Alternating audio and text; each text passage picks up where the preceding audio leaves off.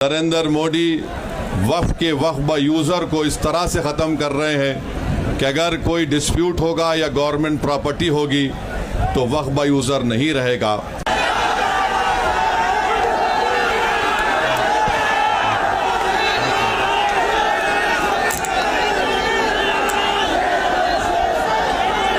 बिस्मिल्लाहिर्रहमानिर्रहीम।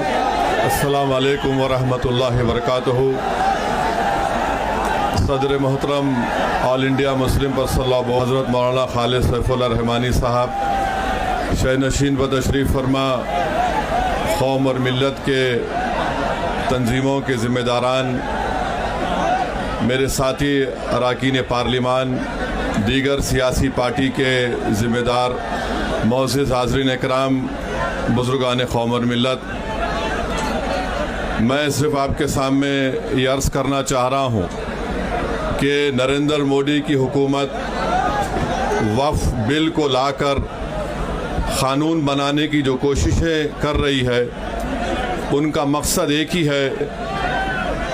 वज़ीर आज़म का मकसद एक ही है कि मस्जिद और मंदिर के नाम पर आवाम हमेशा लड़ते रहे, और उस बिल का मकसद ये नहीं है कि वक्फ की जायदादों को मजबूत किया जाए। आप खुद अंदाज़ा लगाइए कि हिंदू धर्म के एक बहुत बड़े ज्यूरिस्ट हैं B.K. मुखर्जी की किताब में लिखा गया कि हिंदू धर्म में बाय कस्टम बाय यूसेज वो मंदिर की जायदाद बन सकती है।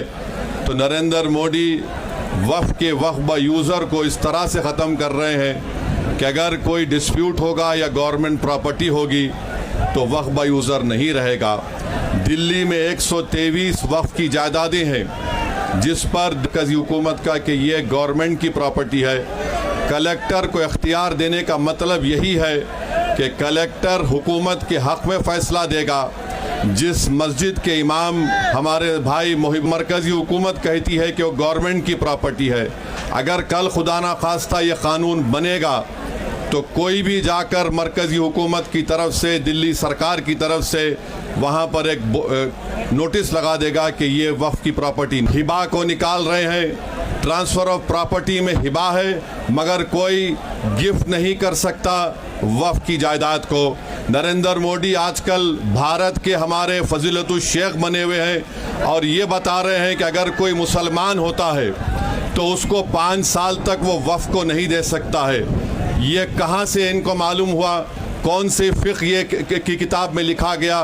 तो इनका मकसद एक ही है कि भारत के मुसलमानों से उनकी सियासी और मजहबी शनाख्त को छीन लिया जाए।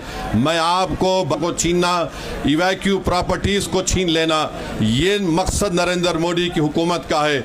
और हम कॉशन कर रहे हैं चंद्रबाबू नायडू को, हमारे पासवान साहब को और नीतीश कुमार कायम रहेगी अगर आप इस वक्त नाजुक वक्त में इस बिल की तायीद करेंगे तो आपको मुसलमान कभी नहीं माफ़ करेगा, क्योंकि आपकी तायीद की वजह से ये बिल क़ानून बनेगा।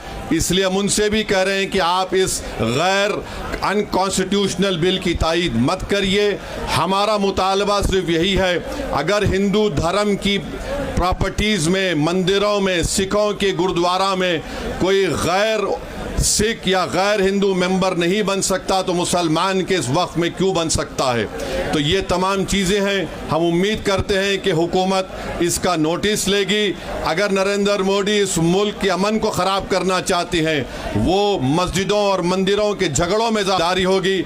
मैं यहाँ पर शुक्रिया अदा करना चाहूँगा हमारे जॉइंट वर्किंग कमेटी पार्लियामेंट के तमाम अरकान का, और ख़ास तौर से कल्याण बनर्जी साहब का, TMC के राजा साहब का, DMK का, हमारे नासिर भाई का और मुहिबुल्लाह नदवी साहब का। हमने तमाम बड़ी कोशिशें की, हमने अपनी डिसेंट रिपोर्ट